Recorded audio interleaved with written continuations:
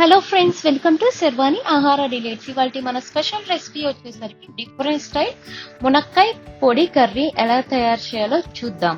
ఇది చూస్తుంటే మనకి నోరు ఊరిపోతుందండి. ఇలా డిఫరెంట్ గా ఒకసారి మీరు ట్రై చేసి చూడండి.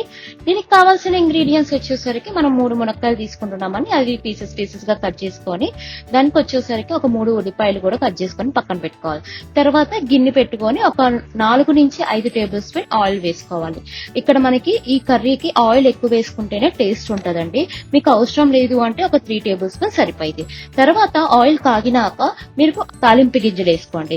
తాలింపు గింజలు వచ్చేసరికి ఆవాలు, జీలకర్ర, మినపప్పు, ఒక ఎండుమిరపకాయ వేసేసుకొని ఒక 5 నిమిషాలు వేగించేసుకోండి. వేగించుకున్నాక కొంచెం కరివేపాకు కూడా వేసేసుకోండి. ఇందాక మనం కట్ చేసి పెట్టుకున్న ఆనియన్స్ ఉన్నాయి కదా, ఆనియన్స్ కూడా వేసేసుకోండి. వేసేసుకున్నాక మునక్కాయలు కూడా కట్ చేసేసుకున్నాం కదా, ఆ మునక్కాయలు కూడా వేసేసుకొని ఒక 5 నిమిషాలు బాగా కలిపెట్టేసుకోండి. మునగాకు గాని మునక్కాయ అని చాలా అంటే చాలా మంచిది హెల్త్ కి. మీరు ఒకసారి ఇలా డిఫరెంట్ గా ట్రై చేసి చూడండి.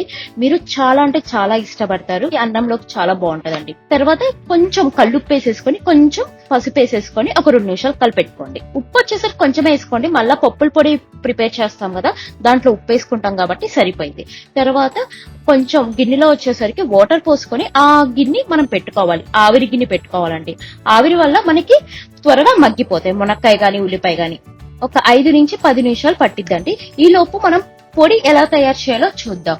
ముందుగా మిక్సీ తీసుకున్నాక ఒక 6 నుంచి 7 తీసుకోవాలి మిరపకాయలు. తీసుకున్నాక ఒక 2 గుప్పిళ్ళు చట్నీ పప్పు తీసేసుకోవచ్చు. ఇది మనకి దోశల్లో బాగుంటదండి. మనకి ఏదైనా విడిగా పచ్చళ్ళలో అయినా వేసేసుకోవచ్చు. మీకు మిగిలితే మీరు యూజ్ చేసేసుకోవచ్చు. ఒక 1-2 మంత్స్ వరకు ఉంటది ఇది పప్పుల పొడి. తగినంత ఉప్పు వేసేసుకోండి. ఉప్పు వేసుకున్నాక ఒక్కసారి మిక్సీ వేసేసుకోండి. మిక్సీ వేసుకున్నాక ఇక్కడ 6 చిన్నులపాయలు వేసేసుకోండి. చిన్నులపాయ వేసేసుకున్నాక ఒక 10 నుంచి 15 ఎండు కొబ్బరి వేసేసుకొని బాగా మెత్తగా మిక్సీ వేసేసుకోండి. నేను ఆల్రెడీ ప్రీవియస్ లో వీడియోలో చూపించాను మీకు దోశ మీద పప్పుల పొడి. ఇదే అండి, సేమ్ పప్పుల పొడి అండి. ఆ పప్పుల పొడి వేసుకుని నెయ్యి వేసుకుంటే చాలా బాగుంటది. సో చూడండి, మగ్గిపోయింది.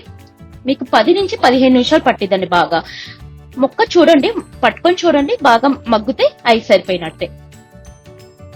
తర్వాత ఇక్కడ మగ్గినాక ఒక 4 నుంచి 5 టేబుల్ స్పూన్ పప్పుల పొడి వేసుకోవాలి.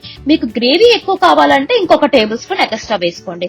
లేదు నాకు సరిపోయింది అంటే, మీడియం గా కావాలి అంటే ఒక 3 నుంచి 4 టేబుల్ స్పూన్ సరిపోయిందండి.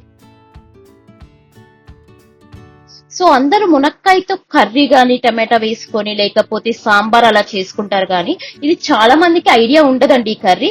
మీరు ఇలా డిఫరెంట్ గా చేస్తే చాలా అంటే చాలా ఇష్టపడతారు అందరూ. చూడండి, చూస్తేనే నోరు ఊరుతుందండి. ఒక 5 నిమిషాలు కలపెట్టేసుకొని మూత పెట్టేసుకోండి. మూత పెట్టేసుకుంటే మన మునక్కాయ పొడి కర్రీ రెడీ అండి. ఈ వీడియో మీకు నచ్చినట్టయితే లైక్ చేయండి, షేర్ చేయండి మరియు సబ్స్క్రైబ్ చేయండి. Thank you.